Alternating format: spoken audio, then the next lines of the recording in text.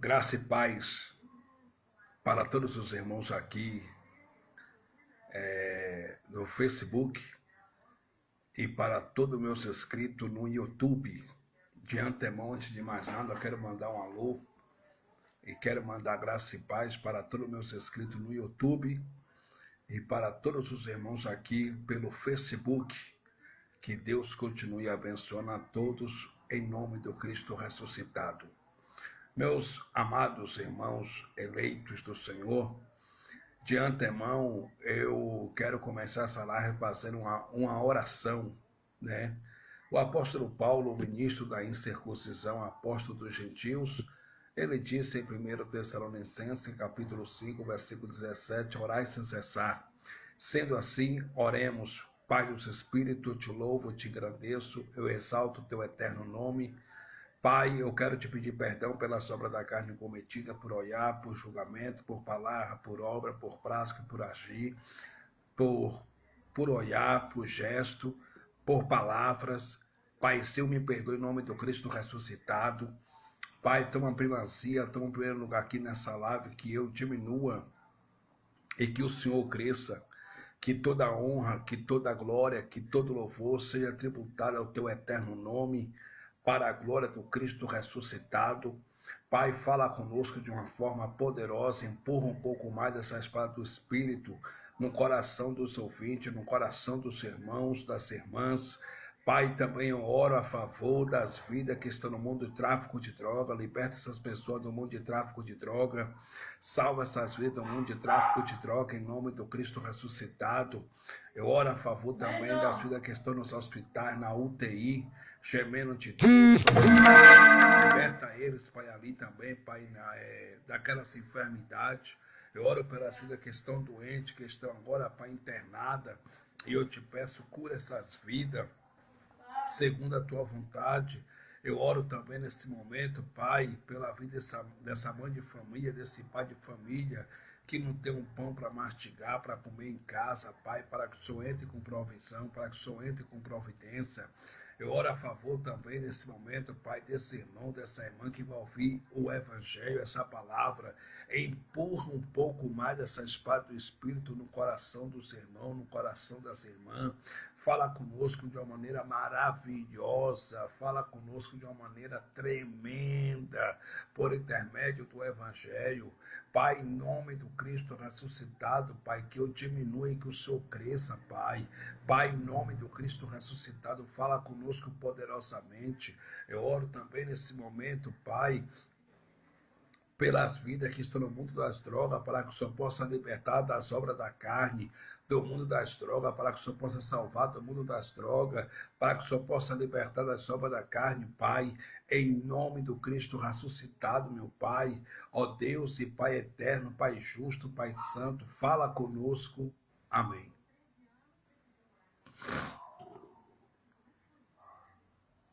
Meus amados irmãos, eu vou ler aqui Romanos capítulo 8 no Evangelho. É um capítulo e um versículo bastante conhecido dos irmãos. Romanos capítulo de número 8 diz assim: portanto agora, nenhuma condenação há para os que estão em Cristo Jesus, que não andam segundo a carne, mas segundo o Espírito. Segundo a pedagogia diz que tudo que a gente lê por inúmeras vezes fica mais fácil para gravarmos, memorizarmos e guardarmos nas tábuas dos nossos corações. Então vamos lá. Portanto agora, nenhuma condenação há para os que estão em Cristo Jesus, que não andam segundo a carne, mas segundo o Espírito. Meus amados irmãos, o apóstolo Paulo, escrevendo a sua carta de autoria paulina, a igreja de Roma, que se reunia em uma casa ao nome do Cristo ressuscitado, Paulo, cheio do Espírito Santo, ele pegou o pergaminho que era oriundo, provia da península da Grécia. O pergaminho era oriundo de pele de cabra ou pele de carneiro. E Paulo agora escrevendo sua carta aos irmãos para a irmandade que se reunia nas casas, na cidade de Roma, Paulo disse em Romanos capítulo 8, Portanto, agora, nenhuma condenação há para os que estão em Cristo Jesus, que não andam segundo a carne, mas segundo o Espírito. O que é andar segundo a carne aqui na fala de Paulo? Porque segundo o conceito religioso, segundo o sistema religioso, andar segundo a carne é andar de short, andar segundo a carne é andar de brinco, andar segundo a carne é usar um batom, andar segundo a carne é ir à praia, andar segundo a carne é jogar bola na praia, andar segundo a carne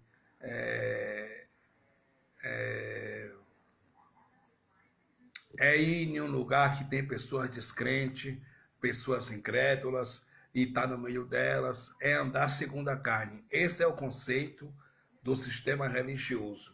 Mas segundo o que Paulo está falando aqui nessa palavra, portanto agora nenhuma condenação há para aqueles que estão em Cristo Jesus, que não andam segundo a carne, mas segundo o Espírito. O que é andar segundo a carne na linguagem de Paulo aqui? Na linguagem de Paulo aqui, andar segundo a carne é andar segundo as ordenanças da lei de Moisés, segundo a lei, que não anda segundo a lei, mas segundo o Espírito. Então, não há condenação sobre a igreja gentílica, não tem condenação sobre nossas vidas, estamos justificados por graça. E eu vou ler Romanos capítulo 5, nós estamos absolvidos. Romanos capítulo 5, olha o que o apóstolo Paulo disse para a igreja de Roma: sendo, pois, justificado pela fé, temos paz com Deus por nosso Senhor Jesus Cristo. Então, nós temos paz com Deus por nosso Senhor Jesus Cristo. Então, nós já estamos absolvidos, já estamos justificados. Não há condenação sobre a igreja dos gentios. Não há condenação sobre nós, porque nós não andamos segundo as ordenanças da lei de Moisés. Nós andamos segundo o Espírito, né? Mesmo porque, até porque nós estamos no ministério do Espírito. Aí Paulo continuou dizendo no versículo 2: porque a lei do Espírito de vida em Cristo Jesus me livrou da lei do pecado e da morte. Que lei é essa do Espírito de vida em Cristo Jesus, que Paulo diz que livrou ele da lei do pecado e da morte? Lei do pecado e da morte era a lei de Moisés.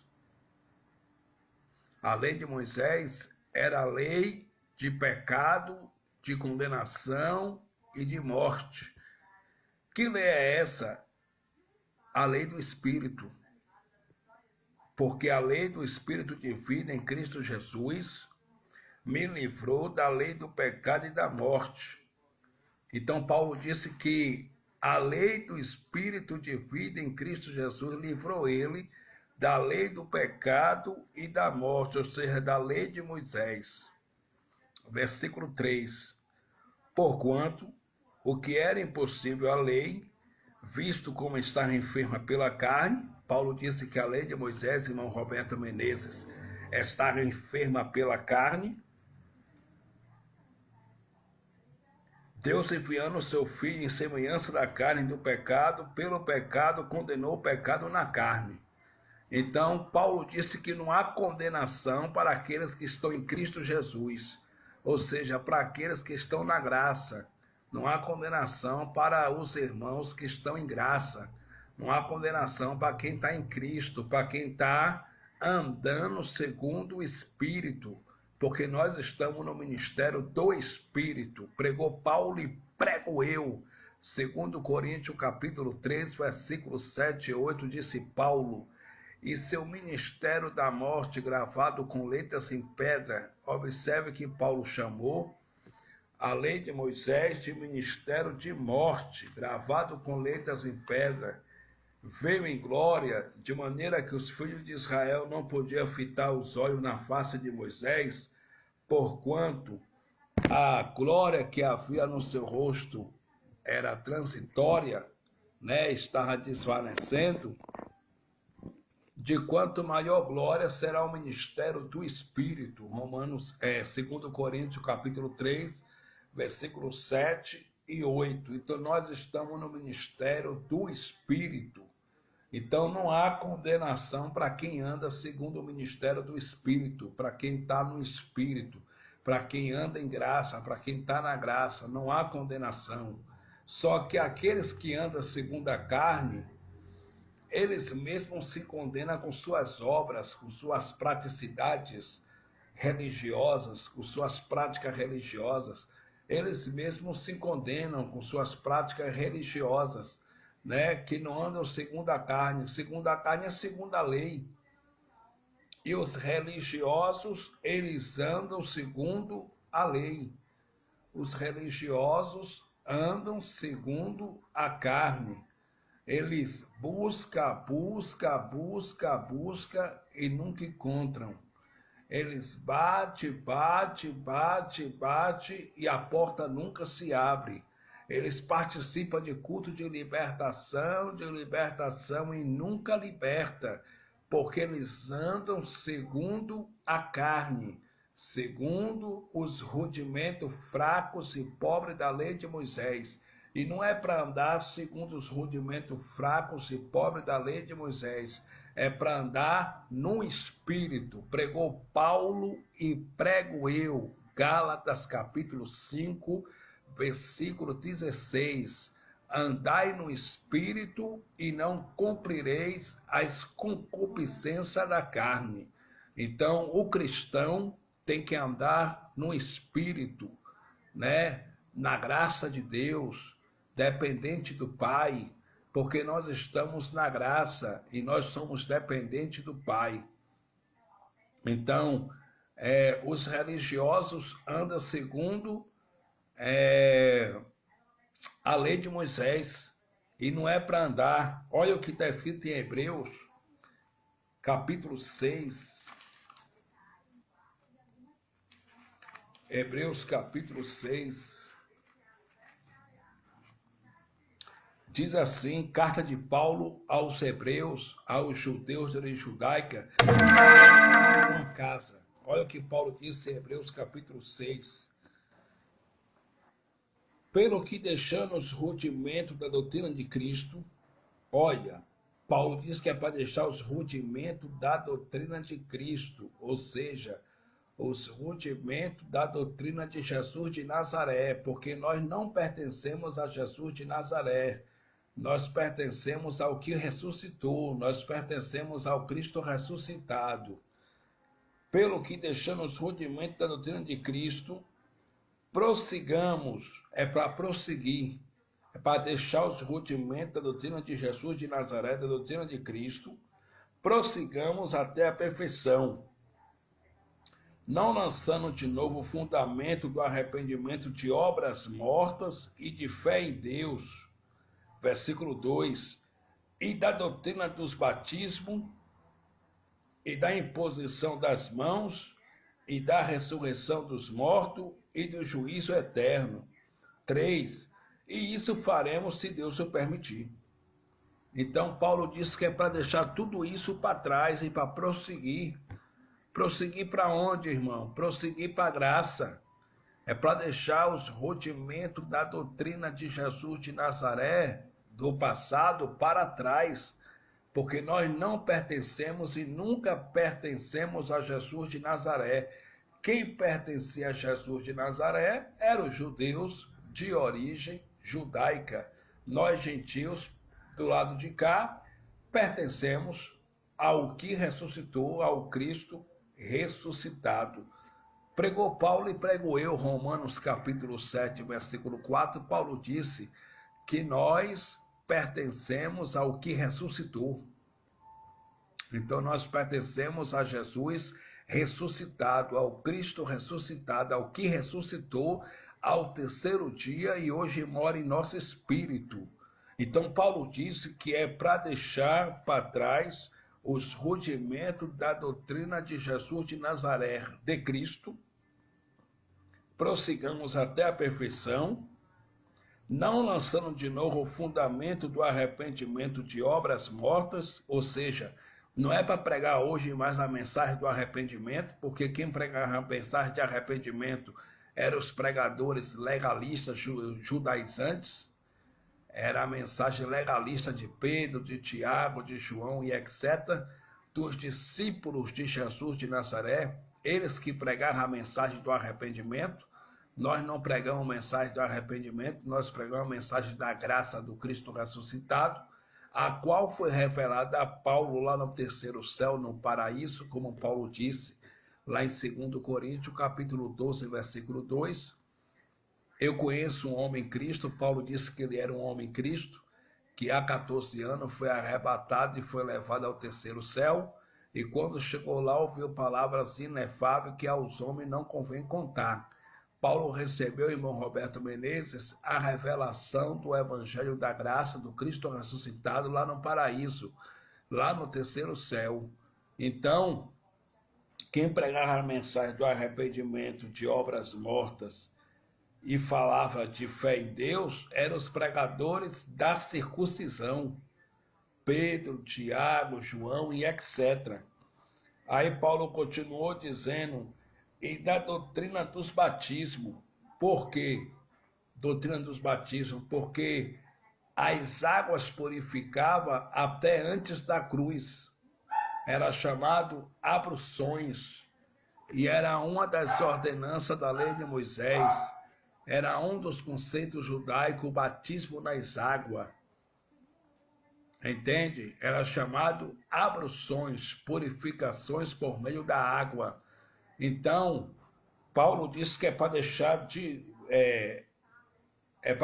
para trás a doutrina dos batismos e da imposição das mãos. Por quê? Porque a doutrina de imposição das mãos, esse negócio de impor as mãos, era também algo da lei. Quem fazia isso eram os discípulos de Jesus de Nazaré, os pregadores da circuncisão, que pregavam o evangelho do reino, que pregava a lei de Moisés, Pedro, Tiago, João e etc. Olha o que está escrito em Marcos, capítulo 16, versículo 15.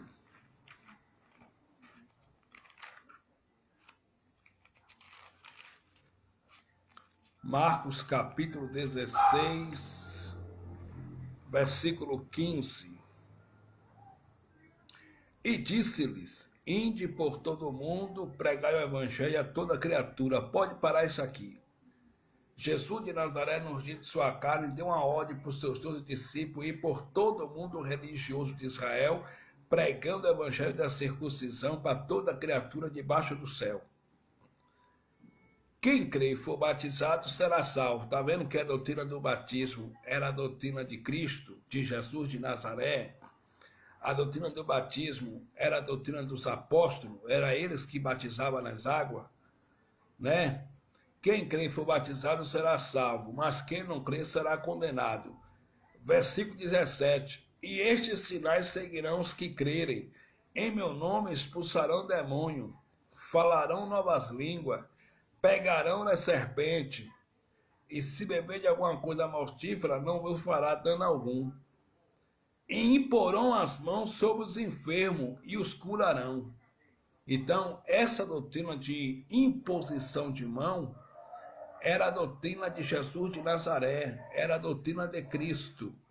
E Paulo diz que é para deixar tudo isso para trás, porque tudo isso não tem nada a ver com a graça. Tudo isso não tem nada a ver com a lei do Espírito. Tudo isso não tem nada a ver com o novo pacto, com a nova aliança. Na nova aliança, você não precisa da mão de um homem sobre a tua cabeça, porque o Cristo ressuscitado mora no teu espírito. E Cristo na tua vida já é suficiente. Cristo na tua vida já basta. Na graça e em graça, você não precisa da minha mão sobre a tua cabeça, porque você já tem Cristo dentro de você. E Cristo na tua vida basta, já é suficiente. Aí Paulo continuou dizendo, e da ressurreição dos mortos e do juízo eterno, porque quem pregava juízo eram os discípulos de Jesus de Nazaré. eram os legalistas, eram os judaizantes, eram os pregadores da circuncisão. A igreja da graça, os gentios, não vão passar por juízo. Estão absolvidos, estão justificados por graça, estão absolvidos. Por isso que Paulo disse em Romanos capítulo 8, portanto agora nenhuma condenação há para aqueles que estão em Cristo Jesus. Sobre a igreja dos gentios não há condenação, não há juízo. Olha o que está escrito em João, capítulo 5, versículo 24. Livro histórico de João, capítulo 5, versículo 24.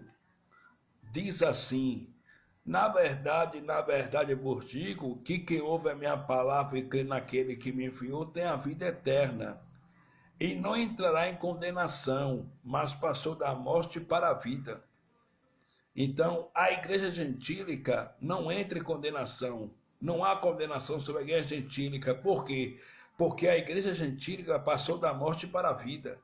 Porque a igreja gentílica não vai ter a vida eterna. A igreja gentílica já tem a vida eterna. Já tem. Livro histórico de João 5, 24. Na verdade eu vos digo que quem ouve a minha palavra e crê naquele que me enviou, terá a vida eterna. Não está escrito terá a vida eterna, está escrito assim: tem a vida eterna e não entrará em condenação, mas passou da morte para a vida. A igreja gentílica já tem a vida eterna, entendeu? E a igreja gentílica já está salva e salva para sempre.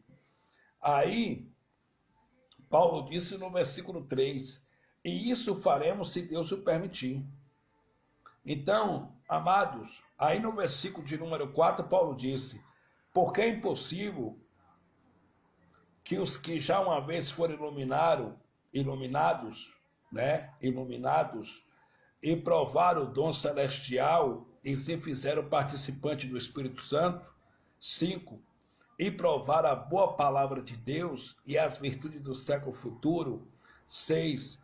E recaíram, seja outra vez renovado para arrependimento. Recaíram aqui, Paulo quer dizer o seguinte: uma pessoa que conhece a graça, conhece o evangelho da graça, e de repente cai da graça. Paulo disse que é quase impossível, não é impossível, não é impossível. Paulo disse que é quase impossível ser renovado outra vez para arrependimento, pois assim quanto a eles, de novo crucifica o Filho de Deus e os expõe ao vitupério. Então, eleito, abençoados de Deus, preste bastante atenção. Andar segundo a carne é andar segundo a lei, e os religiosos andam segundo a carne, eles andam segundo a lei, entendeu? Eles têm que fazer jejum, eles fazem sacrifício, eles dão dízimo, eles pagam dízimo, eles se batizam nas águas, eles fazem oração com imposição de mãos, eles faz a apresentação de criança, e a apresentação de criança era uma das ordenanças da lei de Moisés, a qual Cristo aboliu, entendeu? Cristo aboliu essa questão de apresentação de criança, Cristo aboliu, e tanto é que em Lucas capítulo 2, versículo de número 21, diz assim a epígrafe: a circuncisão e a apresentação de Jesus. Jesus de Nazaré, nos dias de sua carne, ele foi apresentado. Por que ele foi apresentado? Porque a lei de Moisés tinha ao todo 613 ordenanças. Dá o dízimo, e o dízimo na lei de Moisés nunca foi dinheiro, o dízimo na lei de Moisés era alimento para sustento dos órfãos, das viúvas, dos viajantes, dos forasteiros e dos levitas, da tribo de Levi, que não tinham parte de herança entre o povo de Israel, guardar o sábado, circuncisão, Páscoa judaica e etc. E a apresentação de criança também era uma das ordenanças da lei de Moisés. E Jesus de Nazaré ele foi apresentado. O livro histórico de Lucas, capítulo 2, versículo 21, diz isso. Diz assim, epígrafe, a circuncisão. Jesus também foi circuncidado porque ele era judeu de origem judaica e ele estava cumprindo as 603 ordenanças da lei de Moisés nele próprio. E foi apresentado no templo de Jerusalém. Olha o que diz. E quando os 8 dias foram cumpridos para circuncidar o menino, foi-lhe dado o nome de Jesus, que pelo anjo lhe fora posto antes de ser concebido. 22.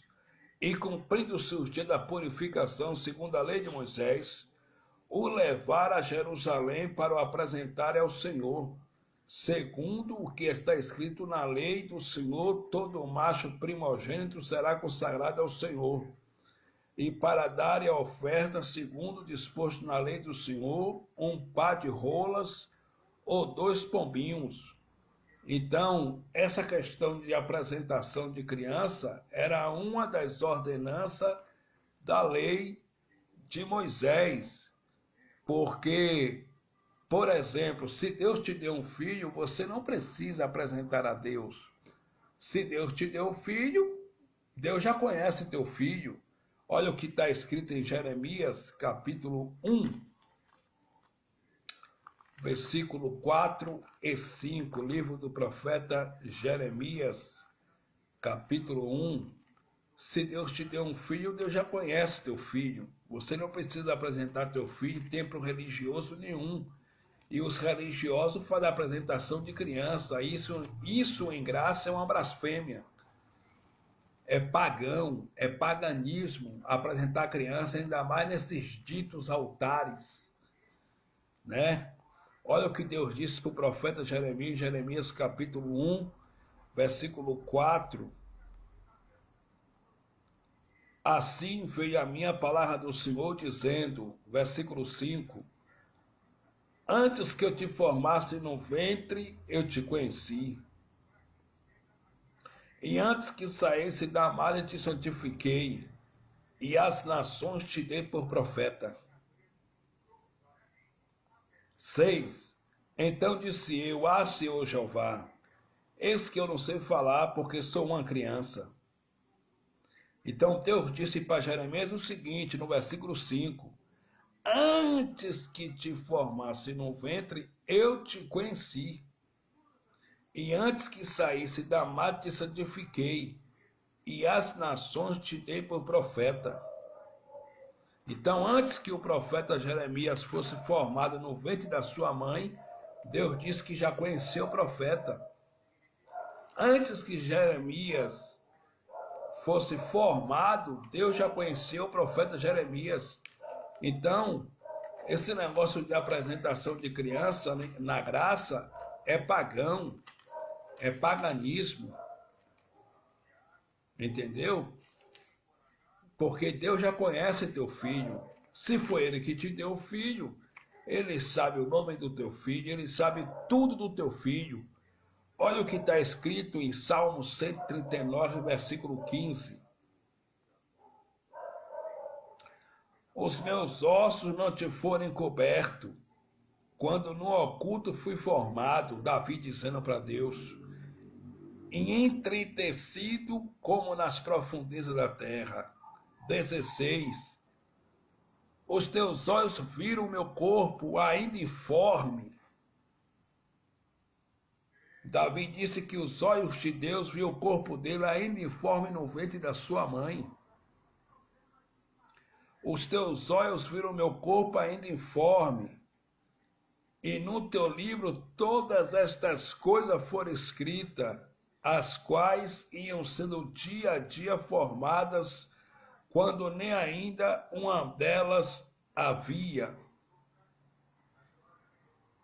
Então, Davi disse que Deus viu o seu corpo ainda informe. Então, você não precisa apresentar teu filho a Deus, porque esse negócio de apresentação de criança é uma das ordenanças da lei de Moisés que Cristo aboliu com seu sacrifício perfeito naquele madeiro, na cruz do Calvário. E não precisa, como está escrito em Hebreus capítulo 6, sobre a doutrina dos batismos, não precisa você se batizar nas águas, porque em graça o nosso batismo é o da cruz. E nós já fomos batizados na cruz. Nós já fomos batizados com a morte de Cristo Jesus na cruz do Calvário. Romanos capítulo 6, versículo 3. Olha o que está escrito, eu vou ler. Romanos capítulo 6, versículo 3. Ou não sabeis que todos, quando fomos batizados em Jesus Cristo, fomos batizados na sua morte? 4. De sorte que fomos sepultados com ele pelo batismo na morte, para que, como Cristo ressuscitou dos mortos pela glória do Pai, assim andemos nós também em novidade de vida. Então, o nosso batismo hoje, que tem poder espiritual, o batismo que é válido é o batismo da cruz. Nós já fomos batizados com a morte de Cristo Jesus na cruz do Calvário. Só que no sistema religioso, os intitulados pastores insistem em batizar as pessoas nas águas. E esse negócio de batismo das águas era uma tradição da tribo do profeta João Batista, primo de Jesus de Nazaré. E João Batista não pregava graça, João Batista era pregador da lei, era pregador da circuncisão. E o batismo nas águas era abluções, purificações por meio da água. Tanto é que lá em Levítico, capítulo 1, versículo 7 e diante está escrito que os sacerdotes, segundo a tribo de Levi e a ordem de Arão, antes de sacrificar o cordeiro, antes de imolar o cordeiro, eles lavavam o animal, o cordeiro, até as entranhas na bacia por um propiciatório. Depois que eles lavavam, eles sacrificavam o animal. Só que aquele cordeiro apontava para o Cordeiro de Deus que já tirou o pecado do mundo, Jesus Cristo. Como João Batista mesmo disse, no livro histórico de João, capítulo 1, versículo 29. Eis o Cordeiro de Deus que tira o pecado do mundo. Que pecado foi aquele? A transgressão da lei de Moisés, o pecado de Adão, o pecado espiritual que afastava os judeus, o povo de Israel de Deus. Cristo, ele aniquilou esse pecado com sua morte na cruz do Calvário. Então, tanto é que Jesus de Nazaré foi batizado nas águas, não porque ele tinha pecado, porque em Hebreus capítulo 4, versículo 15, Paulo disse que ele foi tentado em tudo, porém sem pecado. Diz assim, Hebreus capítulo 4, versículo 15. Porque não temos um sumo sacerdote que não possa compadecer-se das nossas fraquezas, porém um que como nós em tudo foi tentado, mas sem pecado. Então, Jesus de Nazaré em tudo foi tentado, porém sem pecado. Ele nunca pecou.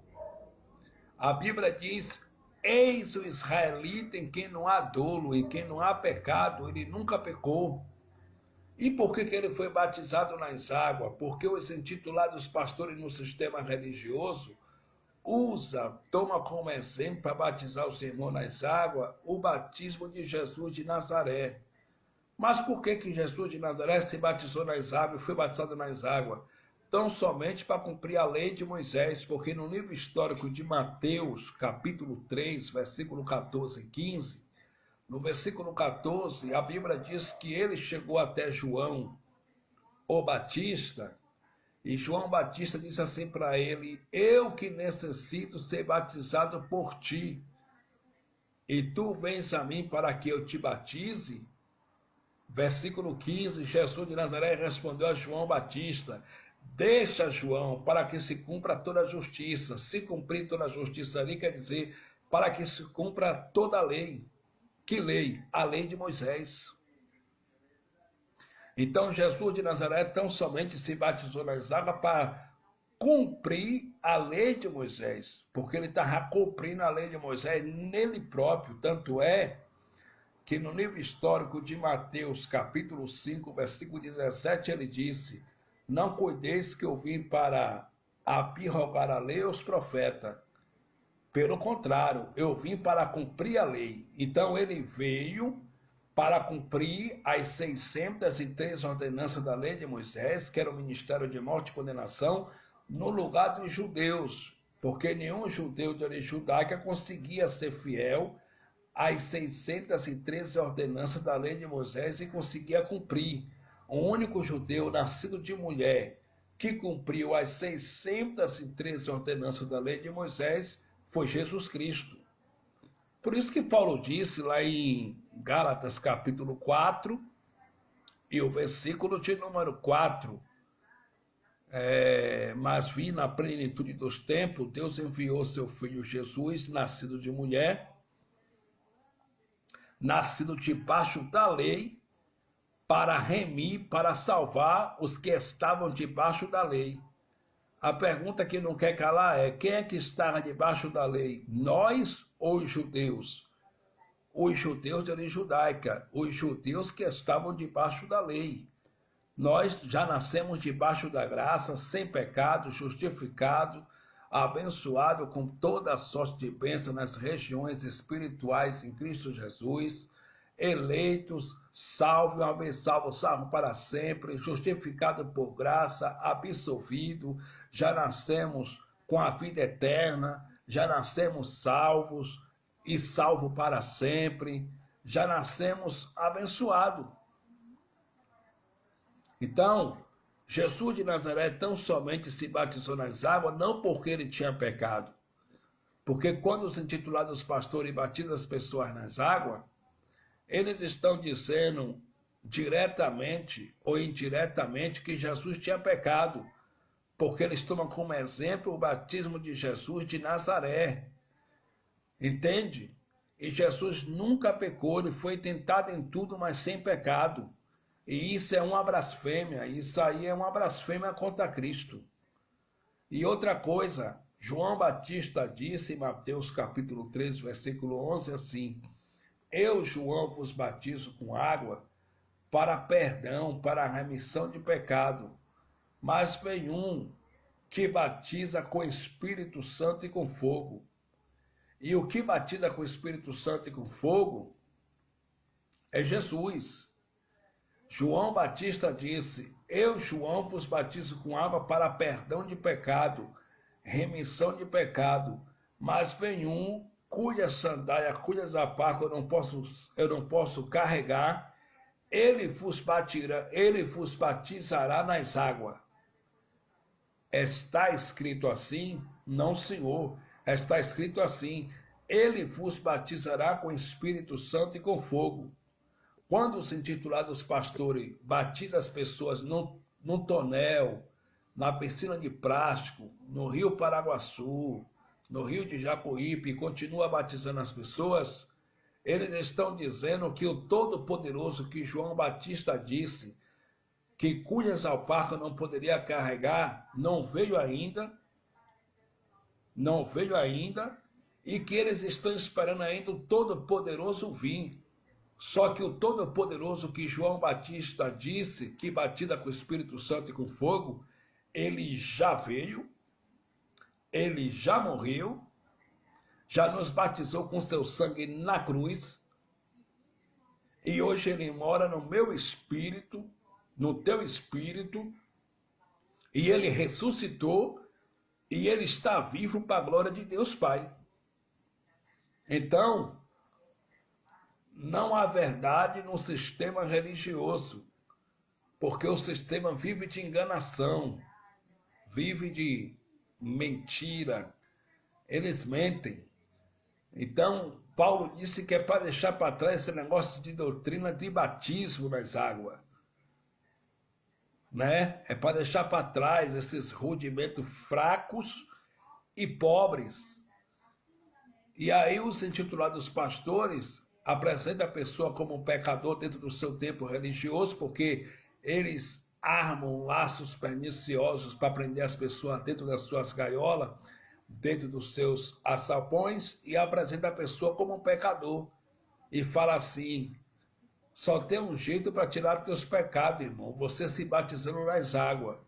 Porque quando o irmão se batizar nas águas, o irmão vai ser purificado dos seus pecados. Chegou atrasado, pastor, porque a purificação dos pecados já foi feita. Hebreus capítulo 1, versículo de número 3, está escrito assim, ó: o qual, sendo o resplendor da sua glória e a expressa imagem da sua pessoa, e sustentando todas as coisas pela palavra do poder, havendo feito por si mesmo a purificação dos nossos pecados, assentou-se à destra da majestade nas alturas. Ele fez a purificação dos pecados ou não fez? Fez.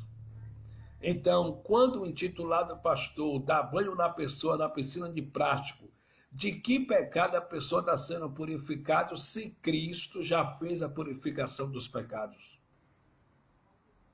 Outra coisa também, os intitulados pastores dizem que as pessoas são pecadoras, são pecadores, e para ajeitar a sua vida com Deus tem que se batizar nas águas, porque a pessoa é pecador.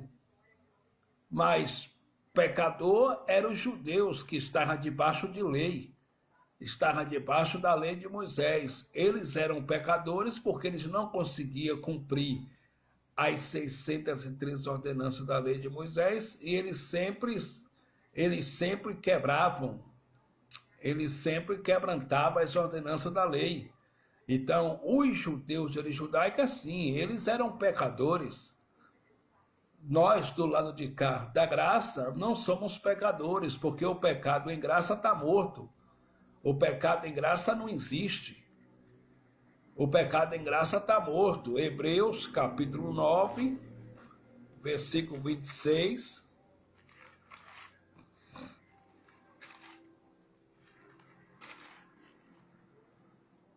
Hebreus, capítulo 9, versículo 26, diz assim, ó. Olha o que está escrito em Hebreus, capítulo 9, versículo 26. De outra maneira, necessário lhe fora padecer muitas vezes desde a fundação do mundo, mas agora na consumação dos séculos, uma vez se manifestou para aniquilar o pecado pelo sacrifício de si mesmo. Afinal de contas, ele aniquilou o pecado pelo sacrifício de si mesmo ou não? O Evangelho diz que ele aniquilou o pecado pelo sacrifício de si mesmo. Hebreus capítulo 9, versículo 26.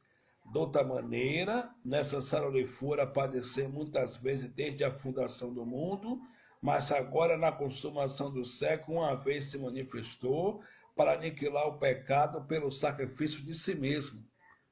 Ele aniquilou o pecado pelo sacrifício de si mesmo ou não aniquilou? O Evangelho diz que aniquilou. E se você for para o dicionário da língua portuguesa Silveira Bueno, a palavra aniquilou quer dizer destruiu. Ele destruiu o pecado.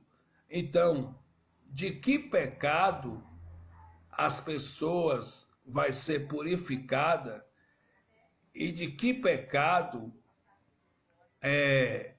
e a pessoa precisa ser batizada nas águas para deixar que pecado nas águas? Se o pecado não existe. O pecado não existe. Que pecado as pessoas vão deixar nas águas? Se o pecado não existe. Aí tem pessoas que dizem assim, mas a Bíblia diz, em 1ª Epístola de João, capítulo 1, versículo 8, assim, ó, ainda vou ler. 1ª Epístola de João, capítulo 1, versículo 8.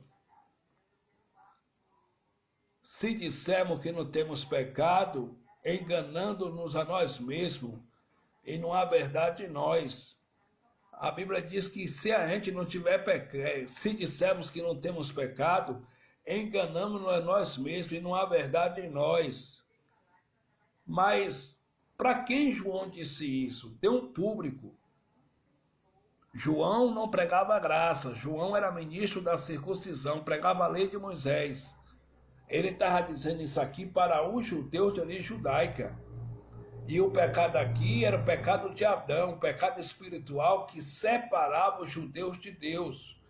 João olhou para um grupeio de irmãos judeus de origem judaica e disse: se dissermos que não temos pecado, enganamos a nós mesmos e não há verdade em nós. No capítulo 2 ele disse: meus filhinhos, estas coisas vos escrevo para que não pequeis.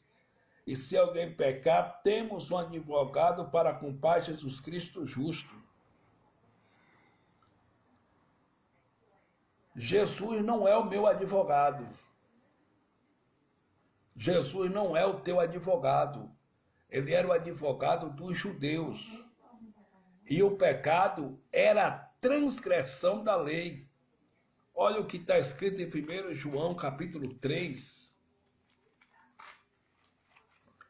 E o versículo de número 4. 1 João, capítulo 3, versículo de número 4. Qualquer que comete o pecado também comete iniquidade, porque o pecado é iniquidade. Mas o versículo 4, em outras traduções, em outras Bíblias, em outras traduções está escrito assim: qualquer que comete o pecado transgride a lei, porque o pecado é a transgressão da lei. Então, o pecado, na linguagem de João aqui, era a transgressão da lei. E esse pecado, transgressão da lei, Cristo destruiu. Cristo, ele aniquilou. Primeira epístola de Pedro, capítulo 2, versículo 24, diz assim: Pedro era ministro da circuncisão, apóstolo dos judeus. Olha o que o apóstolo dos judeus disse em 1 de Pedro, capítulo 2, versículo 24.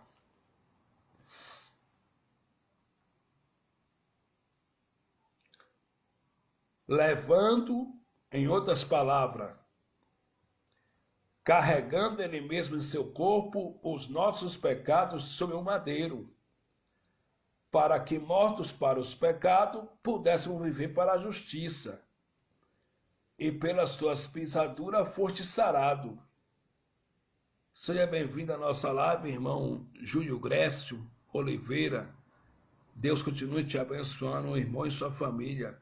Graça e paz abençoada para o irmão também e para a sua família. Melhor noite. Ele escreveu aí para mim, melhor noite. Amém, abençoado. Melhor noite para o irmão também. Então, o irmão Júlio Grécio Oliveira, pecado era transgressão da lei. E esse pecado em graça está morto. Por quê? Porque Cristo aniquilou ele na cruz. Isaías capítulo 53, versículo 4, o profeta Isaías era judeu de origem judaica. Ele verbalizou, ele profetizou. Ele verdadeiramente levou sobre si todas as nossas dores. Dores ali era pecado, transgressão da lei. Agora a pergunta que não quer calar é: ele levou sobre si ou ele deixou? Ele levou. Ele não deixou o pecado no mundo de Israel. O pecado espiritual, transgressão da lei, ele levou no seu corpo todos os pecados. Ele levou todos os pecados ele levou, como Pedro disse, 1 de Pedro, capítulo 2, versículo 24, levando ele mesmo em seu corpo os nossos pecados. Ele levou todos os pecados. João Batista, primo de Jesus de Nazaré, disse no livro histórico de João, capítulo 1, versículo 29, eis o Cordeiro de Deus que tira. Ele tirou, ele não deixou para as águas hoje tirar. Ele tirou o pecado do mundo. E que mundo foi aquele? Daquela geração, do mundo religioso de Israel. E qual é o nome daquele pecado? Transgressão da lei. Só que os intitulados pastores, eles batizam as pessoas nas águas e dizem para as pessoas que as pessoas têm pecado, e é por isso que as pessoas têm que se batizar nas águas.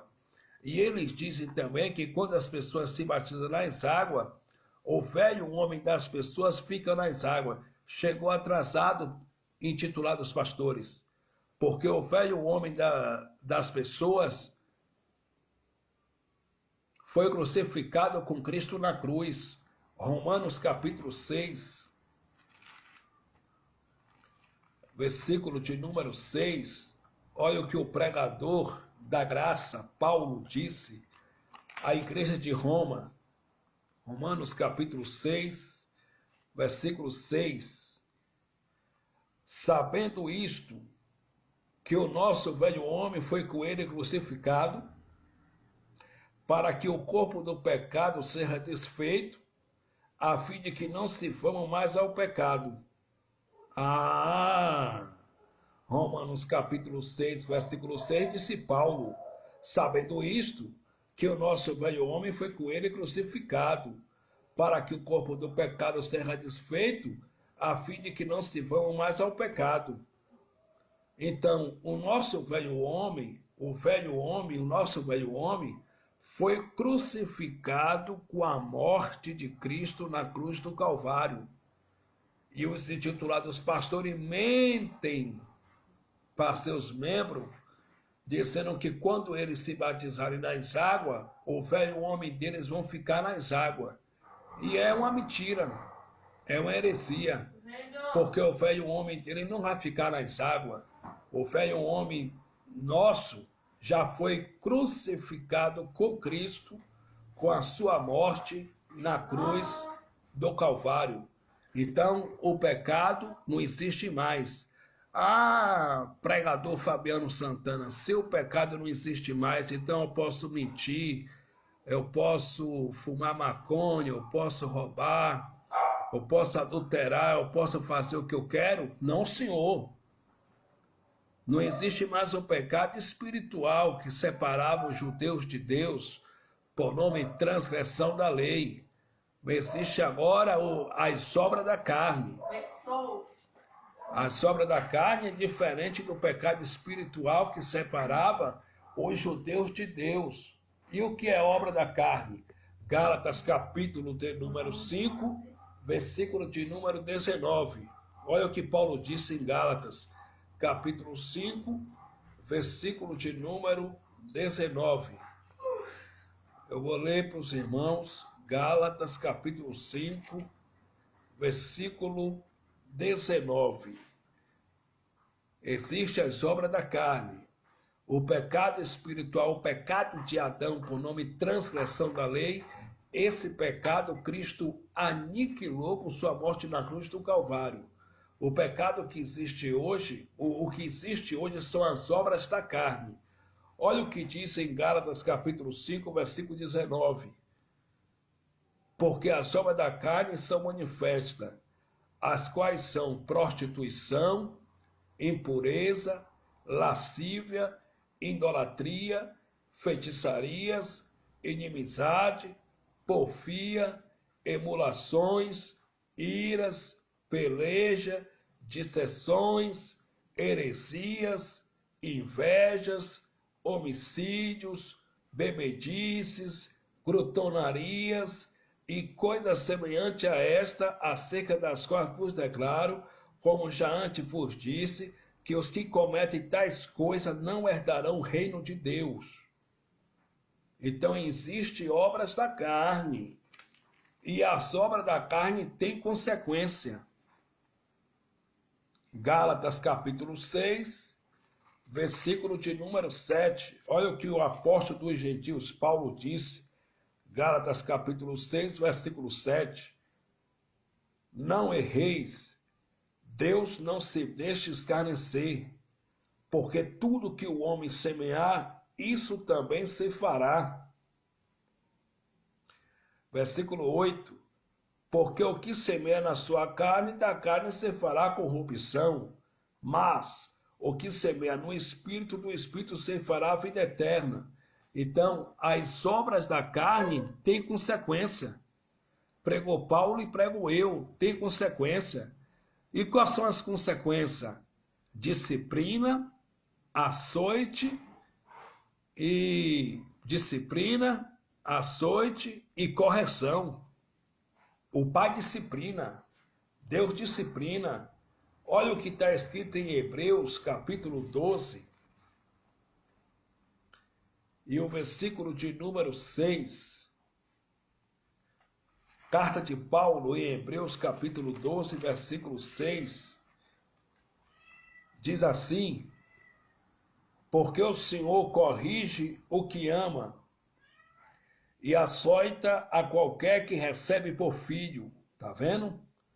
Porque o Senhor corrige o que ama e açoita a qualquer que recebe por filho. Se você é um filho de Deus e anda nas obras da carne, adultério, prostituição, glutonaria, drogas, orgia, emulações, iras, peleja, anda nas obras da carne, uma hora ou outra, o Pai, ele vai te disciplinar. É o Pai. E a disciplina é aqui, ó. É aqui dentro. Ele vem nos corrigindo. O Pai bate, abençoado. Ele bate pancada, bate doído e sabe por que está batendo. Ele corrige, disciplina e açoita. Versículo 7. Se suportais a correção, Deus vos trata como filhos. Porque que filho há a quem um pai não corrija? 8. Mas se está essa disciplina da qual todos são feitos participantes, sois então bastardo e não filhos. 9. Além do que, tivemos nossos pais segundo a carne para nos corrigirem, e nós o reverenciamos. Não nos sujeitaremos muito mais ao Pai dos Espíritos para vivermos? Versículo 10. Porque aqueles, na verdade, por um pouco de tempo nos corrigia como bem lhe parecia, mas este, para nosso proveito, para ser um participante da sua santidade. Então o Pai, ele corrige, disciplina e açoita. Mas ele só corrige, disciplina e açoita se a pessoa for filho da salvação. Se a pessoa for da perdição, não vem disciplina. Ele não disciplina. Ele derrama a sua ira sobre o filho da perdição. Agora sobre o filho dele, porque que pai há que não açoite o seu filho?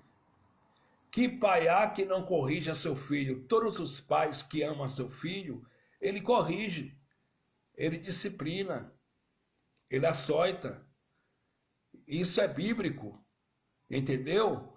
Agora, se a pessoa é um filho da perdição, ele tem prazer nas obras da carne, porque o filho de Deus não tem prazer nas obras da carne. Irmão Fabiano Santana, existe o filho da perdição? Sim, senhor. Existe o filho da salvação e existe o filho da perdição. Romanos capítulo 9, eu vou ler para os irmãos. Romanos capítulo 9, versículo de número 20 em diante.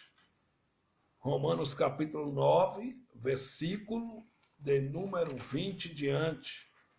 Existe o filho da perdição também. Diz assim: mas, ó homem, quem és tu que a Deus replicas? Porventura a coisa formada dirá o que formou, por que me fizeste assim? 21. Ou não tem um oleiro poder sobre o barro para da mesma massa fazer um vaso para honra e outro para desonra? Quer dizer, existe vaso que é vaso de honra, e existe vaso que é vaso de desonra. 22.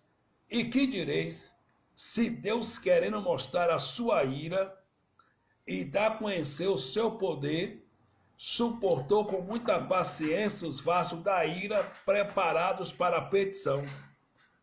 Então existem os vasos da ira preparados para a perdição. Esses não tem mensagem que converta uma pessoa dessa. O vaso da ira, o vaso de desonra, o filho da perdição, ele foi preparado por Deus desde antes da fundação do mundo para a perdição. Para a perdição, e sobre ele está escrito que Deus derrama a sua ira. Deus derrama a sua ira sobre o filho da perdição. Porque um filho de Deus, um eleito, ele não tem prazer nas obras da carne. Ele não tem prazer no adultério. Um filho de Deus, um eleito, não tem prazer na prostituição. Se ele praticar uma obra da carne, ele se arrepende logo e ele procura não fazer mais. Ele não tem prazer nessas práticas, nessas obras da carne, porque ele sabe que o Pai corrige, disciplina e açoita. Então, voltando ao assunto do batismo nas águas, o nosso batismo, meus irmãos, é o batismo da cruz. É esse que tem poder. Só o batismo da cruz que tem poder. O batismo nas águas só serve para tirar a sujeira do corpo e mais nada. O único batismo que serve mesmo e que é para os gentios é o batismo da cruz. E nós somos batizados na morte de Cristo. Quando Cristo morreu, ele nos batizou com seu sangue derramado lá na cruz do Calvário. Entende? Então, esse batismo nas águas não tem poder nenhum. Não tem poder. Outra coisa, esse negócio de imposição de mão era doutrina de Cristo, era doutrina de Jesus de Nazaré. Se Cristo está na tua vida, basta, não precisa eu impor minha mão sobre a tua cabeça, porque Cristo mora no teu espírito, porque teu corpo é templo do Espírito Santo. Você não precisa da mão de um homem na tua cabeça, você não precisa da minha mão sobre tua cabeça, porque se Deus está na tua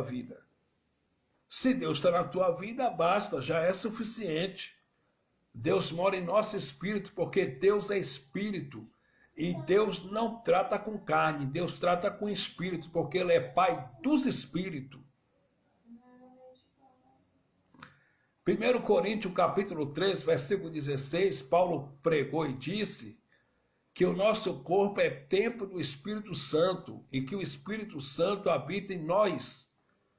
Habita em nosso corpo, ele habita em nós. No versículo 17, Paulo pregou e disse que se alguém destruir o templo de Deus, Deus o destruirá, porque o templo de Deus que sois vós é santo. Então, como nós somos o templo de Deus que Deus habita, se alguém se levantar contra nós, está se levantando contra Deus. Se alguém tentar nos destruir, está tentando destruir Deus, e com Deus a briga é feia. Porque quando Deus entra na peleja, na batalha, ele só entra para vencer. Porque ele já é vencedor. Entende? Se alguém destruir o templo de Deus, Deus o destruirá. Porque o templo de Deus que sois vós é santo. 1 de Pedro, capítulo 2, versículo 5, Pedro disse: vocês são pedras vivas, vocês são casa espiritual de Deus.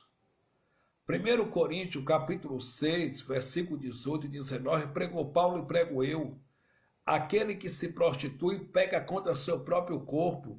Ou não sabeis que o vosso corpo é templo e morada do Espírito Santo, que não sois de vós mesmos?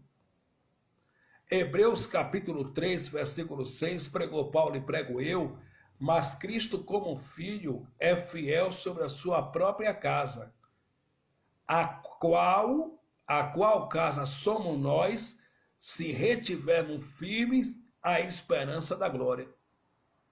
Nós somos a carne de Cristo. Cristo habita em nós. Ele habita em nosso espírito. Quando eu falo que nós somos templo do Espírito Santo, eu não estou falando que ele habita em nossa carne, não, porque em nossa carne habita o mal. Em nossa carne habita as obras da carne. E Deus não trata com carne. Quando eu falo que nós somos o templo do Espírito Santo, eu estou falando que ele habita em nosso espírito. Então Deus habita em nosso espírito, porque o nosso espírito é perfeito. Como é que é? Sim, Senhor, o nosso espírito é perfeito. Nós já somos perfeitos em Cristo. Já estamos aperfeiçoados para sempre. Pregou Paulo e prego eu, Hebreus capítulo 10, versículo 14, diz assim: porque com uma só oração aperfeiçoou para sempre os que são santificados.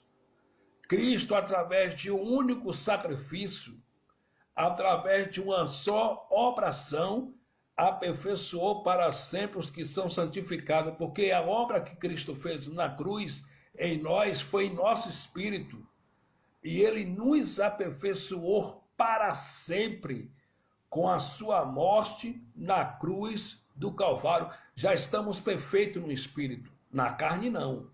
Na carne somos falhos, mas no espírito somos perfeitos em Cristo. Nós estamos justificados por graça. Nós fomos absolvidos. Não há condenação sobre a igreja dos gentios. Estamos justificados pelo sangue de Cristo. Estamos justificados porque o sangue foi derramado. Entende? Então, esse batismo nas águas não tem poder nenhum espiritual. E os intitulados pastores apresentam os irmãos e as irmãs como pecadores miseráveis, como gafanhoto, como pó da terra, como miserável, como pecadores miseráveis. Mas em Efésios capítulo 5, versículo de número 25, olha o que pregou Paulo e prego eu. Efésios capítulo 5, versículo de número 25. Vós, marido, amai vossa mulher, como também Cristo amou a igreja, e a si mesmo se entregou por ela. 26. Para a santificar, purificando-a com a água do batismo do rio Jacuípe, purificando-a com a água da piscina de plástico, purificando-a com a água do batistério, purificando-a com a água do batismo da Lagoa do Abaeté, em Salvador.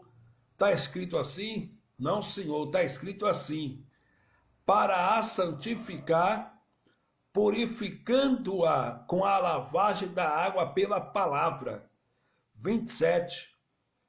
Para apresentar a si mesmo, igreja pecadora desgraçada, miserável, gafanhoto, pó da terra. Está escrito assim? Não, Senhor. Está escrito assim: para apresentar a si mesmo, igreja gloriosa, sem mácula, nem ruga, nem coisa semelhante, mas santa e irrepreensível. Mas santa e sem defeito. Então, ele, naquele madeiro, nos santificou e nos purificou pela lavagem da água pela palavra, para nos apresentar a nós mesmos como igreja gloriosa, sem mácula, nem ruga, nem coisa semelhante, mas santa e sem defeito. E os intitulados pastores no sistema religioso dizem que nós temos defeito, que nós temos ruga, temos pecado, temos mácula. Só que o Evangelho diz que nós somos sem defeito, que nós já estamos purificados pela palavra. Olha o que está escrito em Tito capítulo 3, versículo 5. Não pelas obras de justiça que houvéssemos feito, mas segundo a sua misericórdia, nos salvou pela lavagem da regeneração e da renovação do Espírito Santo. Ele nos salvou através de quê? Pela lavagem da regeneração e da renovação do Espírito Santo. Já estamos salvos. Para o sistema religioso, a pessoa, para ser salvo, tem que se batizar nas águas. No Evangelho, a pessoa já nasceu salvo. Tito, capítulo 3, versículo 5. Não pelas obras de justiça que houvéssemos feito, mas segundo a sua misericórdia nos salvou. Nos salvou é verbo presente. Ele não nos salvará, que é futuro. Nos salvou pela lavagem da regeneração e da renovação do Espírito Santo. Ele já nos salvou. Então, olha o que está escrito aqui em 2 Timóteo, capítulo 1, e o versículo de número 9. 2 Timóteo, capítulo 1, versículo 9. Que nos salvou e chamou com uma santa vocação, não segundo as nossas obras, mas segundo o seu próprio propósito e graça, que nos foi dado em Cristo Jesus antes dos tempos dos séculos. Ele nos salvou antes dos tempos dos séculos. Salvou ou não salvou? O Evangelho diz que salvou. E uma vez salvo em graça, salvo para sempre. Antes dos tempos dos séculos, ele nos escolheu e nos salvou. Então já estamos salvos. Meus amados irmãos, para encerrar essa live, eu vou ler em Efésios capítulo 1, versículo de número 4. Efésios capítulo 1, versículo 4. Olha o que Paulo, cheio do Espírito Santo, disse. Como também nos elegeu nele antes da fundação do mundo. O Evangelho diz que Cristo nos elegeu nele próprio antes da fundação do mundo, para que fôssemos irrepreensíveis diante dele em caridade. Por exemplo, o camarada é candidato a presidente da República. Ele só é eleito através do seu voto, através do meu voto, através do voto das pessoas. Foi o que aconteceu conosco. Deus nos elegeu nele próprio antes da fundação do mundo e também nos salvou antes da fundação do mundo, para que nós fôssemos santos e irrepreensíveis diante dele em caridade, ou seja, em amor. Versículo 5. E nos predestinou para filhos de adoção por Jesus Cristo, para si mesmo, segundo o beneplácito de sua vontade.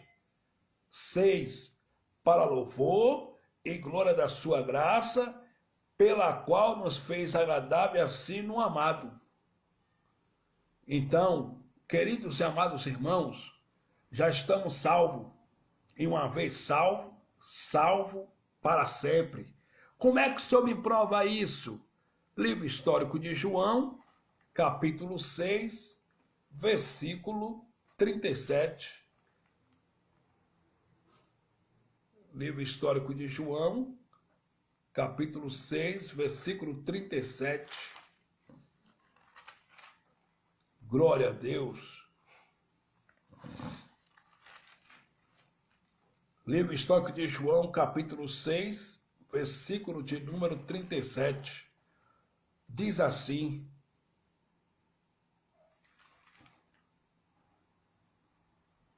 tudo que o Pai me dá virá a mim, e o que vem a mim, de maneira nenhuma lançarei fora. Deus não te lança fora. Você já é uma salva. Você já é um salvo em Cristo Jesus. Deus não te lança fora em momento nenhum. Em hipótese alguma, Deus não te lança fora. Olha o que está escrito em João, capítulo 5, versículo 24. Na verdade vos digo, que quem ouve a minha palavra e crê naquele que me enviou, tem a vida eterna. Não vai ter, já tem a vida eterna. Está escrito que já tem. Na verdade vos digo que quem ouve a minha palavra e crê naquele que me enviou, tem a vida eterna e não entrará em condenação, mas passou da morte para a vida. Então nós já temos a vida eterna em nós, já somos salvos. Jesus de Nazaré, nos dias de sua carne, disse, no livro histórico de João, capítulo 10, versículo de número 28, assim: e dou-lhes a vida eterna, e nunca hão de perecer, e ninguém as arrebatará das minhas mãos. Nós estamos na palma da mão do Pai, e de lá ninguém pode nos arrebatar. Nós estamos na palma da mão do Pai, e de lá ninguém nos arrebata. Versículo 29. Meu Pai que mais deu é maior do que todos, e ninguém pode arrebatar das mãos de meu Pai. Então nós estamos na palma da mão do Pai, e da palma da mão do Pai ninguém pode nos arrebatar. Ninguém nos separa do amor de Deus. Pregou Paulo e prego eu. Romanos capítulo 8, e eu encerro agora, versículo de número 35. Romanos capítulo 8, versículo de número 35.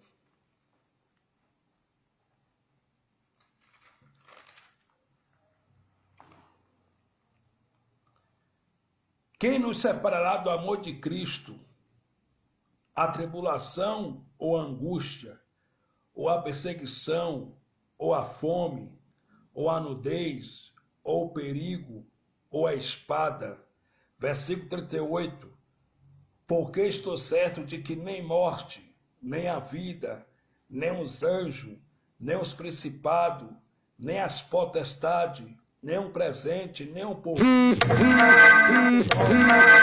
nem a altura, nem a profundidade, nem alguma outra criatura nos poderá separar do amor de Deus que está em Cristo Jesus, nosso Senhor. Nós estamos inseparáveis de Deus. Ninguém pode nos separar do amor do Pai. E nós já estamos salvos, uma vez salvo, salvo para sempre. E eu quero dizer para você, meu irmão e minha irmã, em Romanos capítulo 1, versículo 16, pregou Paulo e prego eu. Portanto, eu não me envergonho do Evangelho de Cristo, pois o Evangelho é poder de Deus. Poder de Deus não é fazer sacrifício. Poder de Deus não é subir monte. Poder de Deus não é pular de um pé só para ser no saci pererê. Poder de Deus não está dentro dos tempos religiosos. Pregou Paulo e prego eu que poder de Deus é o Evangelho. Eu não estou certo, vocês não estão certos. Evangelho está certo. O Evangelho é poder de Deus. E esse poder opera onde? Opera onde? Efésios capítulo 3, versículo de número 20, pregou Paulo e prego eu.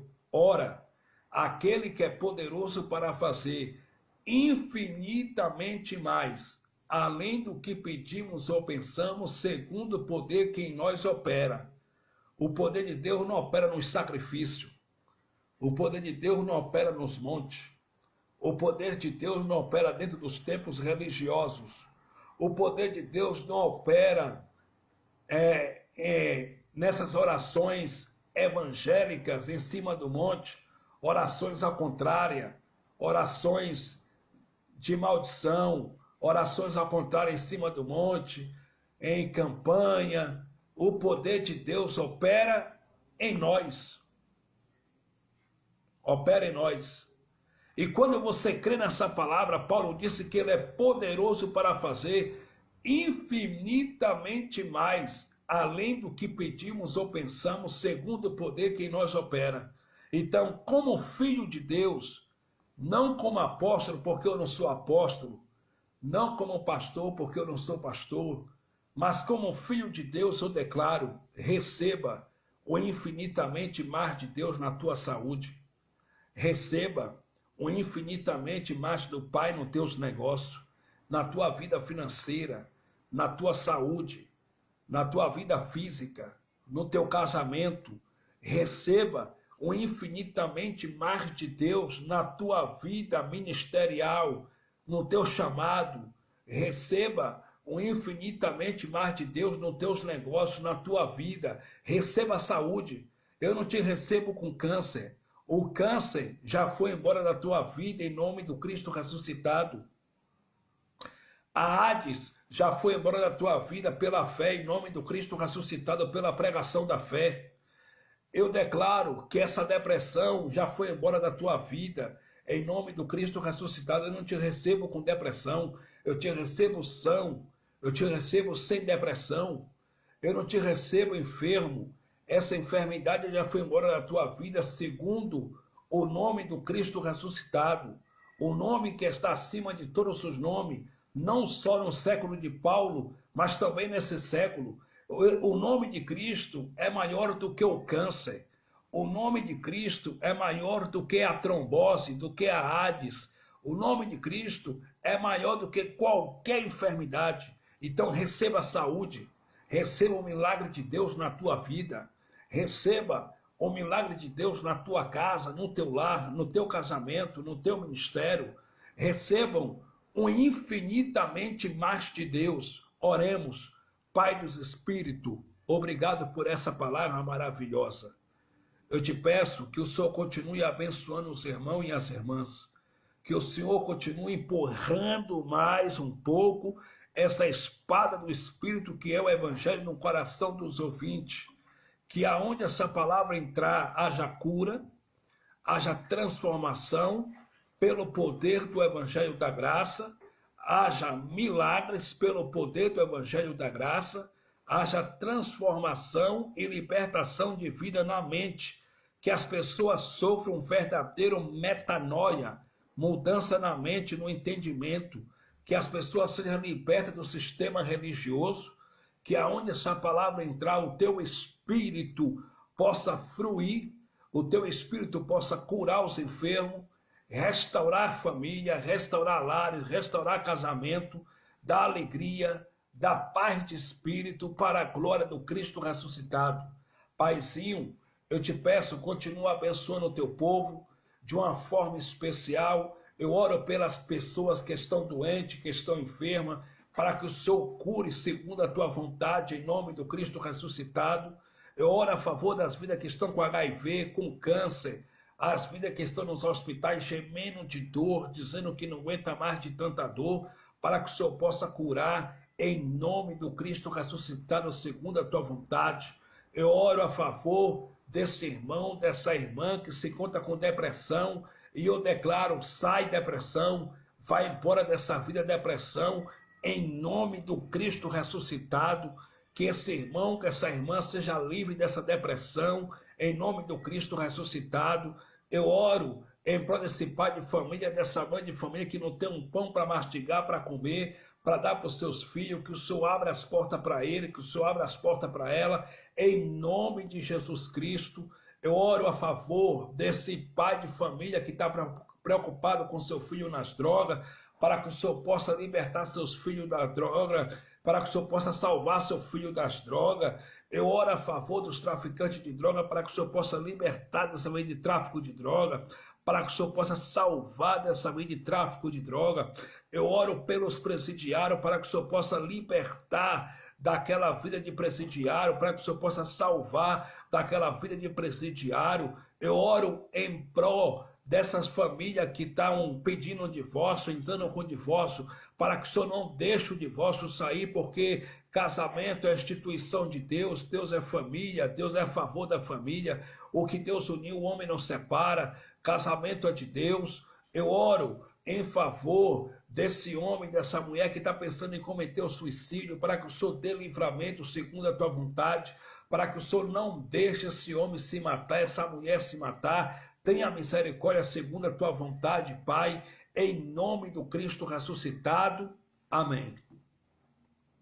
Amém, meus amados. Graça e paz. Deus continue abençoando a todos. Fabiano Santana, pregador da graça. Eu tenho 2 canais no YouTube. Todos os 2 canais estão assim: Fabiano Santana, pregador da graça. Se inscreva no meu canal no YouTube e aperte o sininho para você receber todas as notificações. Todos os vídeos nós estamos postando lá no YouTube. Inclusive, esse vídeo aqui também vai para o YouTube. Então se inscreva em nosso canal no YouTube e a gente sempre está lá pregando as pérolas da graça para a glória do Cristo ressuscitado. Graça e paz para todos. Melhor noite. Fui, graça e paz.